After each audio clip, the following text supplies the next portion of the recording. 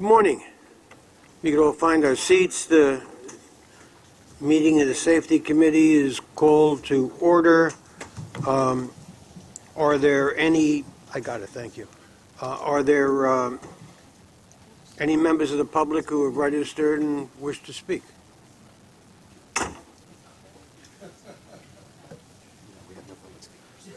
Then we move on to approval of the minutes is on page 3 of the committee book. Is there a motion to approve? Second. Are there any changes or comments on the minutes? Hearing none. All in favor? Then the minutes are approved. Mr. Mayor, would you take us through any changes in the work plan? The work plan was presented in draft to the committee at the last meeting. We have cleaned up a few typos, but other than that, the work plan is essentially the same as at our last meeting, but we do need to ask the committee for a vote to approve the work plan for 2017. Let's do that now. Is there a motion? Is there a motion to accept the work plan? Second? Any discussion or comment on it? Hearing none, all in favor? Then the work plan is accepted. Would you take us through the safety metrics? Sure. The next agenda item is safety metrics. The safety metrics are essentially repeated from the operating committee committee books that were presented earlier in the week. We don't have presentations on the metrics on the work plan for this meeting, but if we have any questions on safety metrics, we can certainly entertain them, or we can move to the additional agenda topics. So I would suggest we move on to agenda item 5, which is safety assurance, bus safety, a focus on operator visibility. Okay.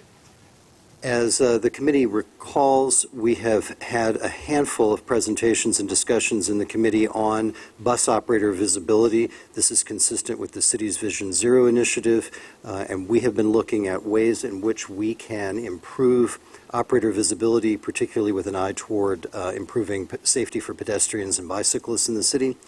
And as you know, in the springtime, we held a workshop on bus operator visibility that brought together a number of experts who have, as a result of our workshop, begun collaborating on ways in which we can improve bus operator visibility, and that also led directly to a collaboration which Yogesh led to apply for a Federal Transit Administration grant for the opportunity to assess the optimization of mirror placement on buses. And Yogesh is here with us today to present a little bit about that focus and that research project. Thank you. So today I want to take this opportunity to update you on the initiatives that Buses Operations, along with MTA Headquarters, has undertaken to improve the safety of our customers, operators, and pedestrians. So as David mentioned, in April of 2016, the MTA hosted a safety symposium to focus on ideas related to improving operator visibility while enhancing passenger and pedestrian safety. The symposium was appropriately titled, "Let's See the Big Picture." The attendees included experts in the industry. We had representatives from NHTSA, the National Highway Transportation Safety Administration, staff from the Federal Transportation Administration, researchers from Virginia Tech University, representatives from the largest transit agency in the country were also present, bus manufacturers and other vendors, as well as representatives from both the ATU and the TW International Unions. The discussions at the symposium centered around bus designs, future technologies, and operator training. At the end of the symposium, a list of action items were solicited from the attendees. So one of the action items that New York City Transit undertook was to work with the OEMs to increase operator visibility through a reduction of the A-pillar. We have worked with both manufacturers, New Flyer and Nova, to install high visibility windows on test buses. And based on the positive in-service evaluation and review with the union, the high visibility windows will be delivered on upcoming orders of articulated and CNG buses. The other item that several agencies and the FTA were very interested in was the study of exterior mirrors. Currently, there is minimal regulations and certainly no consensus where the mirror should be mounted or their configuration. As David mentioned, in late 2016, DOB applied for the FTA 2016 Safety Research and Development Grant, and I'll talk about that in the upcoming slides. But before that, let me briefly talk about the work that our OEMs have done to improve operator visibility. The manufacturers have redesigned the operator windows to eliminate a significant part of the window frame, as can be seen in these pictures here. The left side represents the current window, and the right side represents the high-vis window. The framing around the sliding window is also eliminated. This allows the operator to crack open the window as they're driving without negatively impacting the visibility. The difference in visibility between the two windows is significant, and as shown here, the new window decreases the angle of obscuration by almost half. On the Nova bus, the high-vis window also improved visibility, but with some encouragement from buses, Nova has undertaken a project to further significantly improve operator visibility by redesigning the A-pillar of the bus with a smaller cross-section. Nova is also investigating the possibility of changing the location of the B-pillar, and that can be seen in the picture in the upper left-hand corner. It's the vertical member right after the triangular window. This redesign will allow for a full window, as shown in the picture in the middle, for a window that starts at the A-pillar and goes past the operator. So currently, Nova is performing the finite element analysis required for various design iterations and will be providing an update in the upcoming weeks. So springing off the safety symposium, buses took the opportunity to pursue the FTA Research and Development Grant to investigate mirror configuration on transit buses. New York City has been approved a $1.1 million grant, and this total includes a 20% cost share as required by the FTA. The project is divided into 3 phases, and through the 3 phases of research, development, and demonstration, New York City will work with its key partners to ensure that the project is completed on time and within budget. We'll be working with Andrew Crum from Virginia Tech University, who will be the lead investigator. Andrew has extensive background in vehicle cab designs and anthropometric measurements. New Flyer has agreed to provide support to install different mirrors manufactured by Safefleet on their CNG buses.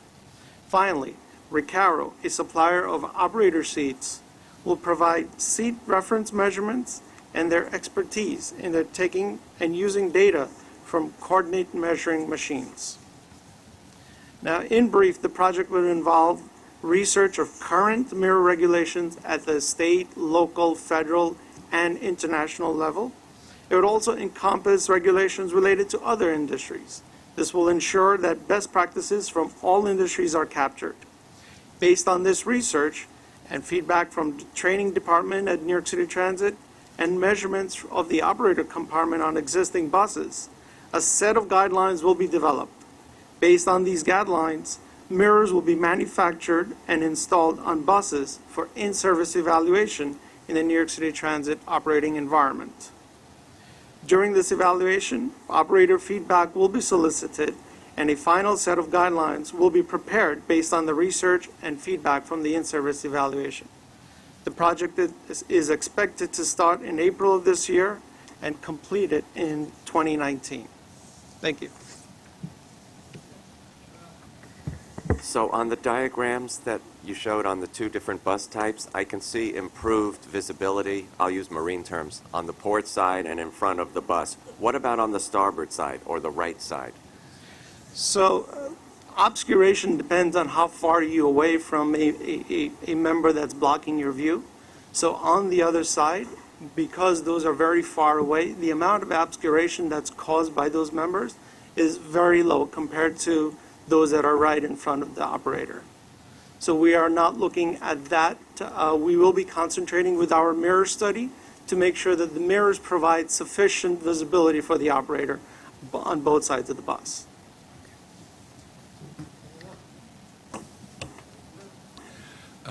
One question, if I may. Has any, because of the fact, Would you speak a little more clearly into the mic?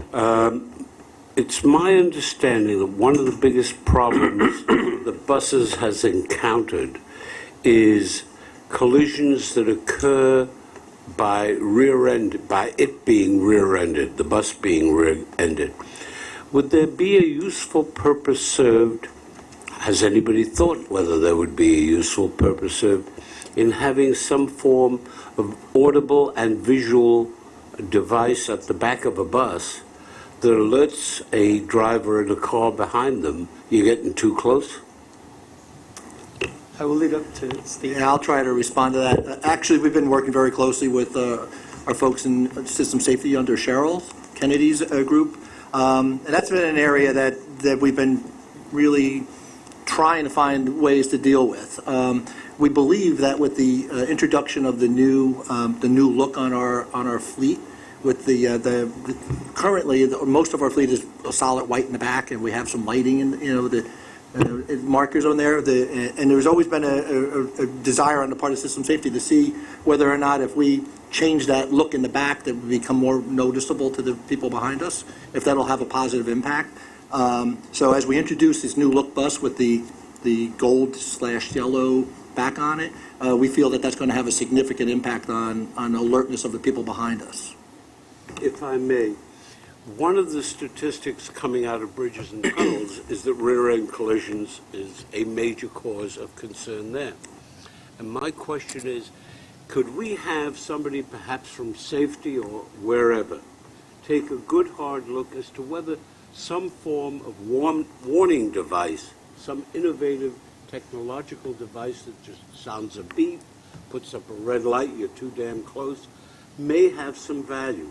On the bridges, they are looking at it right now in a variety of other contexts to police it. You can't put warning devices on the back of every car at the moment, but they're trying to do it mechanically also.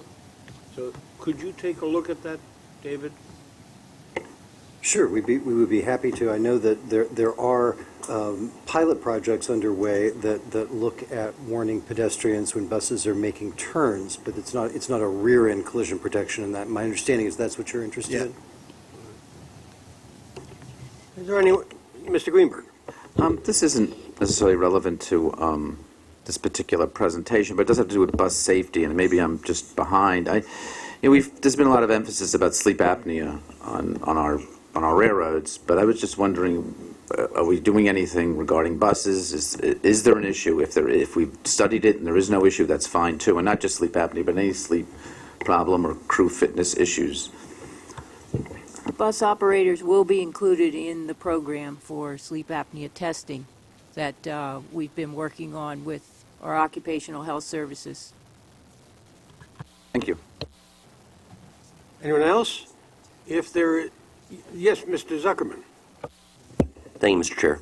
I was unfortunately not able to join on Tuesday's meeting for bridges and tunnels, but I did want to bring up a topic that I believe intersects somewhat between the bridges and tunnels and the bus presentation. The collision rate for the last 2 years for buses has gone up 20%. Our collision rate on bridges and tunnels has gone up 36% in the last 2 years. Clearly the environments are different. Buses in more an urban environment, cars and bridges are speeding their personal vehicles, or clearly you can't change the mirrors on it and the windows on it.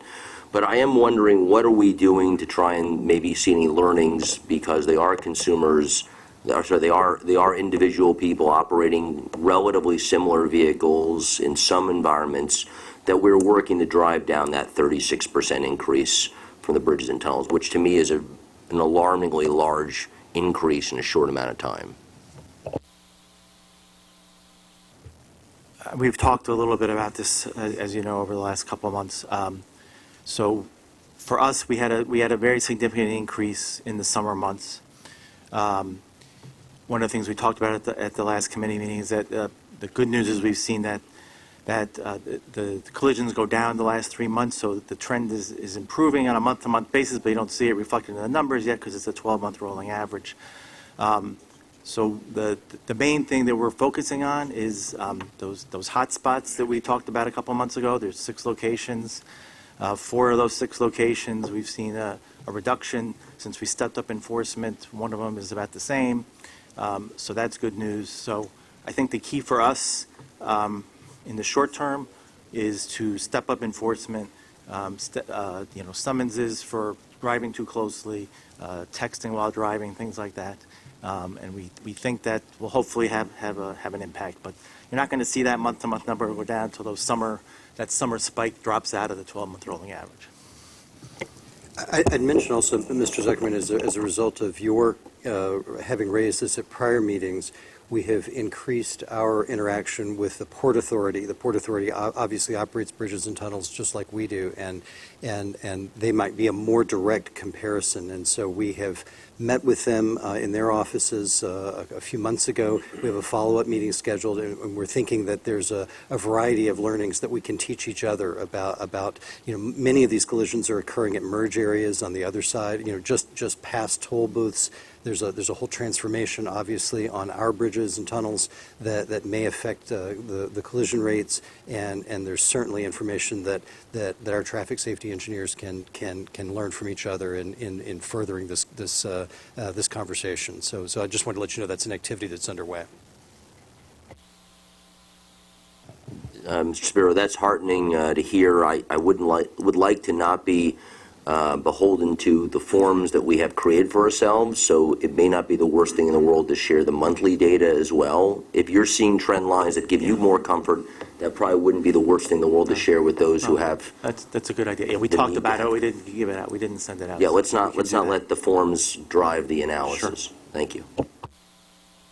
Anyone else? Then are we ready to go on to actions implemented on the C3RS programs? Yes, I think so. The committee has shown a great deal of interest, and appropriately so, in the confidential close call reporting systems operational at both of the MTA railroads.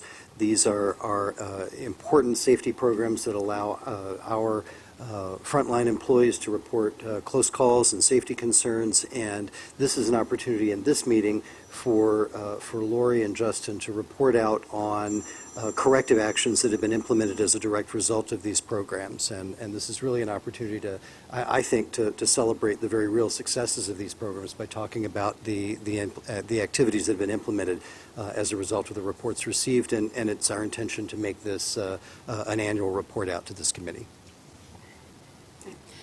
Good morning. First, I want to congratulate our peer review team. 2016 was their first full year of operating system-wide at the Long Island Railroad. So we truly appreciate their dedication and expertise. And just to refresh everybody's memories, our peer review team at the Long Island Railroad is somewhat unique in the industry in that we chose to start our program with all of our labor organizations represented across the board, and that's truly been beneficial to us in a number of different ways beyond the C3RS program. The PRT team is comprised of management representatives from each of the operating departments, so transportation, mechanical, engineering, from corporate safety, and then each of the labor organizations has a primary and a alternate representative. The peer review team meets on average twice a month in order to fully vet and really deconstruct the types of reports that they're getting through NASA. I also want to point out that they did considerable outreach in 2016 as well, and you'll notice that the reports that we received in 2016 are more than double than what we received in their first year of operation. So we really want to celebrate, as David said, those accomplishments. The peer review team, the corrective actions that I'm going to showcase for you today are ones that were implemented in 2016, and they represent approximately 80% of the types of reports that we received over the course of 2016. So the first one that I want to touch on, there were crews that were concerned about how the pedestrian gate was functioning at our Stony Brook crossing, at our Stony Brook station. They noticed that when the train was waiting in the station and discharging passengers, that the pedestrian gate would sometimes time out and go up before they were ready to operate their train. So working collaboratively, transportation and engineering, with the input of the PRT team, installed the crossing gate key box controller. So that allows the crew to take control of that pedestrian crossing and ensure the safety of the pedestrians that area. So that was one of the important corrective actions that were implemented. The other one actually addresses a number of different types of events. The passenger train briefing guide is more of a job aid. It allows the conductor who's in general charge of the train to have something that that individual can refer to kind of, it's like a checklist of different items that they want to make sure that they go over with the crew. And it's especially helpful if you're working with new employees or if there's a service disruption. It really allows the conductor to kind of take a step back and refer to something so that they have that tool available to them when they have to either give an initial job briefing or, as conditions change, revise what was the original plan. The other item, which is also a job aid, addresses a situation that doesn't occur quite frequently. So when a crew has to pass a stop signal, there's a certain communication that needs to take place between the crew and the block operator that's giving permission. So this 241 verbal authority reference card, again, is a tool that the conductor can carry with them so that they have the prompts that they need in order to verbatim repeat back what the block operator expects to hear in order to grant this permission. The next item that was implemented had to do with concerns about the operation of track cars and how the track car, when it goes over the crossing, what the impact is on the crossing. So what they came up with was a strategy where the chief engineer sent out a bulletin notice, and there were a number of safety talks and things associated with that, just to refresh the operators of track car equipment and the pilots what needs to happen at a crossing in order to make sure that the crossing functions as intended when they're going through it. And the final area where the corrective action was implemented has to do with conductor car markers. And this was implemented to provide visual reinforcement to the conductor and the rest of the crew, so when they platform their train, they get a sense of where the train is platformed, where the car is, and for functioning for the operations of the train. Serves as a visual cue and reminder. What I also want to point out is that some of the corrective actions that you're seeing here, you'll find are similar to what Metro North has also implemented. And one of the other benefits that we've realized through this program is that the PRTs actually have their own network. So the different properties, Metro North, Long Island Railroad, their PRTs do get together on a regular basis to discuss their challenges, discuss their corrective actions. So there's a lot of cross-pollination, if you will, among the properties. So, again, from our perspective at the Long Island Railroad, we cannot thank the PRT enough for the work that they did and the expertise, and we've truly benefited and look forward to continuing to evolve and implement corrective actions based on what they're doing in their meetings. So I'm happy to answer any questions. Any questions on Hi. Does the Long Island Railroad have any, and I'm sure it does, situations where you'll have a different consist at a different time of day or on a different day, and thus the platform stopping locations would be different? Well, there are some variability in what the consist sizes that may occur. There tends to be a routine, but obviously when there's different types of events, it may impact the equipment availability, it may impact. So this doesn't take the place of the conductor being vigilant about what their consist consists of. Hence, again, the job briefing card is another tool because they can say, oh, no, normally we have this size consist and we platform here, but today because of this, that, and the other thing, we're platforming there. So these are not designed to replace the expertise of the conductor that's in general charge of the train, but it helps them to have some tools available to them so that they can hopefully make better decisions in the field. Thanks. Vidiello, and then Mr. Mertler. When you do something like add that key box, which sounds like a great idea, how do the crews who run those lines get notified and trained that there is in fact this new piece of equipment? Is it on that briefing card, or? So the Transportation Department has a very rigorous notification process. They issue general notices. They have all sorts of bulletins. There's Superintendent Engine Service, Superintendent of Train Service. So there's an extensive notification process that takes place. And then it's also folded into the training programs and things that that folks receive. But the conductors are responsible for a lot of information. They get a lot of notifications. Okay. Mr. Mertler. And then At the LIRR Metro North Joint Committee meeting, I made the point that there are some other technological advances that are being experimented with successfully in the automobile industry on stopping cars when they go stray from the path or go too close. Quite correctly, the president of the Long Island Railroad pointed out his primary focus has to be, as it should be, on getting the other innovations that were required under PTC in place. My issue is really the following. It's aimed at the people at the head of the table as well. We have an era now of expanding technological advance. Some of those advances were not intended for the railroads, but they may be applicable to them. And the question I have is, we need to get into examining where they can be applied, what they are, and whether or not we can start to think outside the box. And my recommendation, for what it is worth, which is probably very little, is think about the idea of expanding the portfolio of the Safety Committee Executive Director, David's role and that of his group, to start thinking about what technological advances we can do. The governor admonished us to think outside the box, to be innovative. May I respectfully suggest one way of doing that is to create a specific focus on the application, the possible application of technology in the area of safety on all of our services.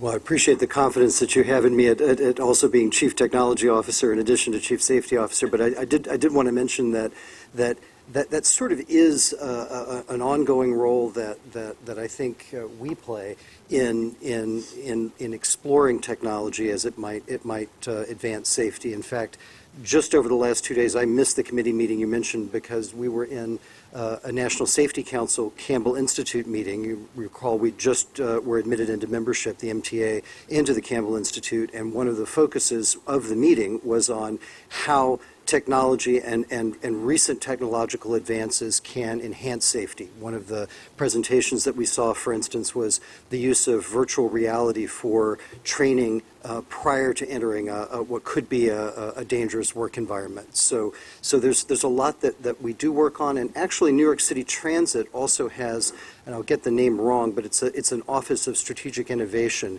that strategic initiatives, and there's also a Tom Lamb's function. And we do coordinate with both of those departments frequently.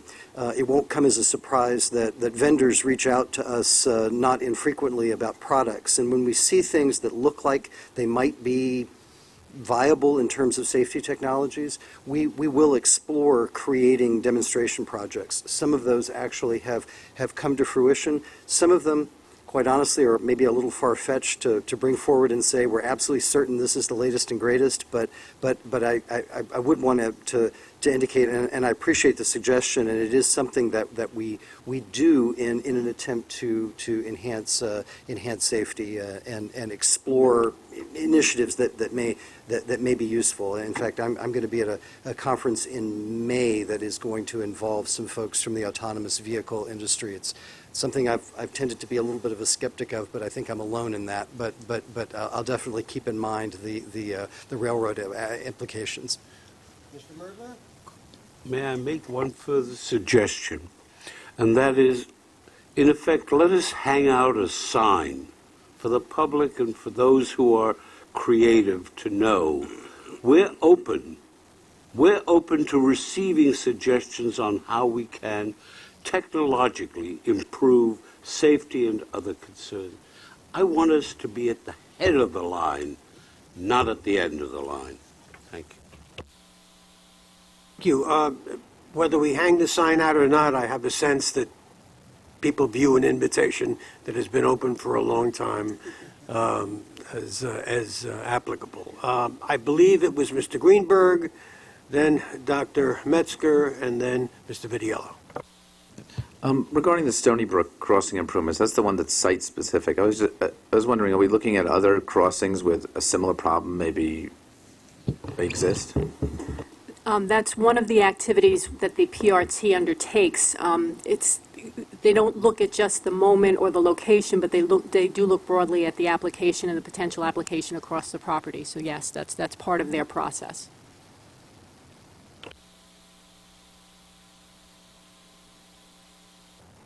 Okay?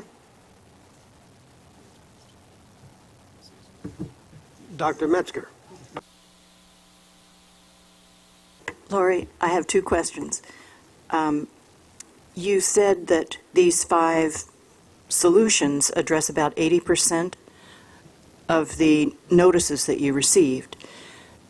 My second question will be, what are you doing about the other 20%? But the first one is, if you had a fair number of reports, and if 5 results address 80% of them, they have to fall into categories. You've heard us fester over the year about how few resolutions there seem to be, and now we understand what you mean, that they fit into categories. It would be helpful to us if we knew ahead of time that out of 100, 20 of them are one thing. Is there a way that you can let us know how many different categories of issues you have? Some kind of a metric? We can certainly follow up with you after the meeting and explore a little further what you're looking for us to provide. Because I know it's been a source of conversation for quite a few meetings. And I guess part of our balance is being sensitive to the peer review teams and the labor organizations wanting to ensure the comfort of our employees and that they're not violating any sort of confidentiality or so that's kind of the balancing act that we strive to maintain. Yeah, I can definitely understand that it might take the peer review team some time to categorize the issues and a discussion amongst themselves and perhaps amongst others. And as for the 20%? So the other 20%, some of it doesn't fit the C3RS criteria, and what the peer review team has worked out, because we have a number of other venues like labor management partnerships in the different departments, safety committee meetings that take place with management. So they've taken responsibility for funneling those to those committees, and we've actually seen now in each of those committees that they have a C3RS agenda item, so that they're able to point out that, hey, these were things that came up through the C3RS program. They weren't appropriate for C3RS based on the guidelines for C3RS, but they're not forgotten about. They're funneled to those other more appropriate channels. And then the others are still being worked on. So obviously everything is a work in progress, and they're not done. David, question for you. The kind of innovation and things that we're talking about that I'll broadly lump into the category of R&D, you have budget specifically allocated for that, or those efforts and the dollars associated with them? If you need to evaluate a product the vendor has suggested to you might be good and it's going to take personnel time and maybe have some cost, just comes out of the overarching safety budget. How does that work economically for you? You know, I haven't run into any budget difficulties at all with respect to exploring new technologies. There are budgets allocated. Often they're within the agencies, and where we find that something may be applicable toward a particular agency or a particular mode of transportation, we have managed to fairly easily find funding to explore it. And there are people whose roles are exclusively dedicated to this kind of, again, broadly, I'll call it R&D, or these are folks who are, part of their time is out there in the real world, and part of the time is allocated to these kind of efforts? Within New York City Transit, there are people who are dedicated to this, and they, I think, appropriately consider themselves a resource throughout the MTA.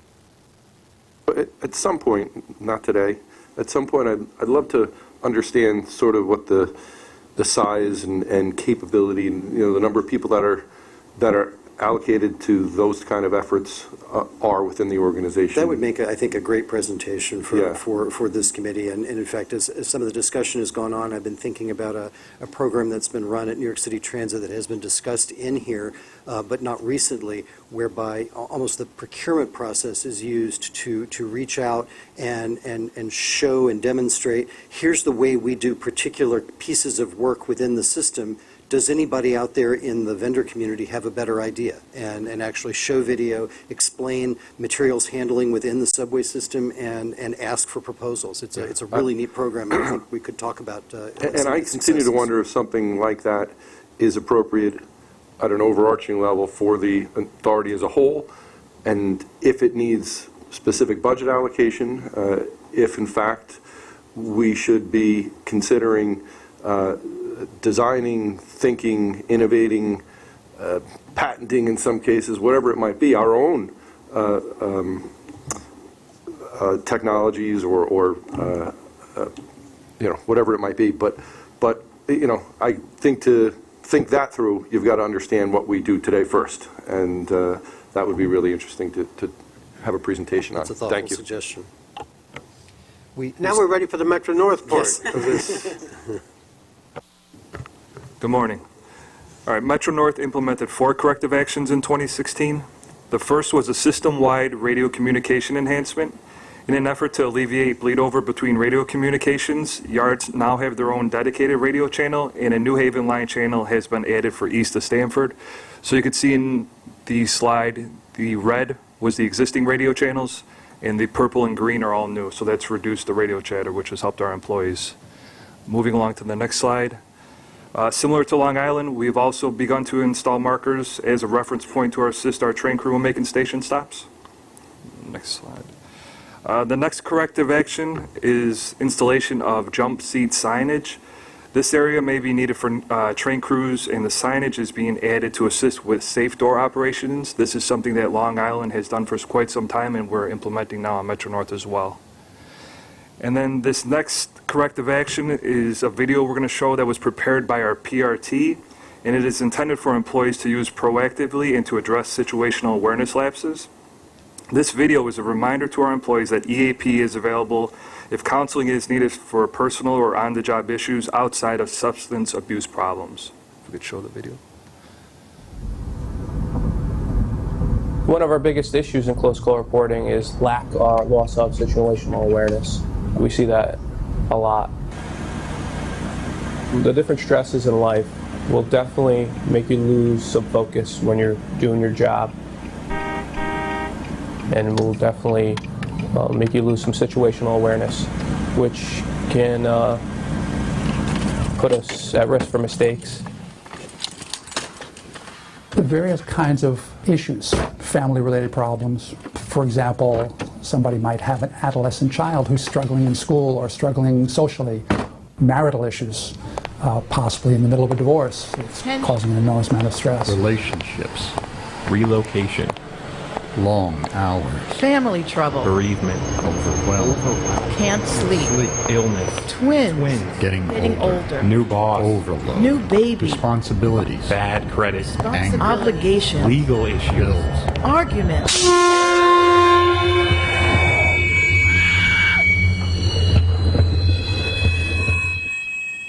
My name is Eddie Valenti. I'm New Haven Line Local Chairman, Acre Local 1, representing conductors.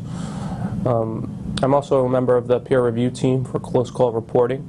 EAP stands for Employee Assistance Program. Our goal for the peer review team is to convey to the members, the employees, that it can be used for more than that. Most people have thought of EAP as servicing only alcohol and drug-related situations.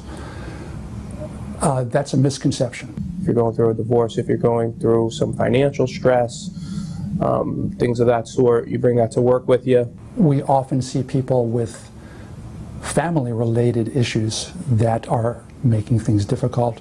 It may cause a loss of focus, a loss of situational awareness. We want you to know that the Employee Assistance Program counselors are available to you. It just makes life easier. That's what counseling is, and that's what we provide. It's a free counseling service provided by Metro North to all its employees. So that video was the idea of our PRT. It was developed by the PRT, and the members in the video are from the PRT. So this is something we played on our monitors throughout the organization, and we have it playing on our intranet as well, so employees are able to access it at any time. So just to briefly recap 2015 corrective actions, we implemented 3 in 2015. The first is a temporary speed restriction hang tag. An engineer writes their speed restrictions for the trip on the hang tag, and it's placed around the throttle, and it serves as a constant reminder throughout the trip where those speed restrictions are. Next to the hang tag is a job safety briefing job aid. And again, this is just to provide an aid to our employees when they're given job briefings so they know exactly what to speak about, because really our job safety briefings are our first line of defense when these employees go to work. And finally, our last corrective action is a modification to our daily train operations bulletin. As you can see in the old example, item 1 is from milepost 5.0 to 6.0, and item 2 is from 6.3 to 7.4. So this would allow the engineer, in theory, to resume max speed between 6.0 and 6.3. However, this creates a risk for the engineer failing to reduce speed back before he enters 6.3. So in the new example, you'll notice how milepost 5.0 to 7.4 has now been combined. So even though in theory the engineer can increase speed for that 0.3 of a mile, we've just included it. So we've reduced the speed, however, we've improved the safety and just created a situation where the engineer has to only remember 1 speed restriction rather than 2. And this concludes the presentation. Happy to answer any questions. Mr. Albert. Since you've initiated a new radio channel for east of Stamford, since there are trains that obviously traverse the entire route, if somebody wants to communicate, they have to change channels now? If you're at Norwalk, for instance, or New Canaan, to communicate with somebody west of Stamford? Correct. Depending on your location is the channel that you'll need to be on to communicate. That's correct. You don't anticipate that delaying, people having to think about that? No, this is common throughout the industry. One of the things we see is that when you have one channel, there's a lot of people trying to communicate at the same time, and it causes people to speak over one another sometimes, and people miss important parts of that communication. So by reducing the chatter, we're allowing people to get thorough communications. Does a conductor, hypothetically east of Stamford, know where trains are west? I mean, if he wants to communicate with the next train, how will he know that train's position and which radio channel to pick? I'll take that. To the chair. Could you just provide some clarification on what Justin stated with this 2 radio channels, one west of Stamford, one east of Stamford? The folks that are out on trains do not communicate across those 2 districts. All of the communication is between the train and the operations control center, so the trains know as they pass to Stamford to change channels. So they never communicate with each other? They don't communicate across districts. I see. Folks either communicate within a district or they communicate from a train to the operations control center. So if one operator had a problem, they would communicate to headquarters, who would then communicate to the other train. Is that Correct. And we also have reminder signs along the right-of-way that the channel change occurs at this particular spot. Thanks.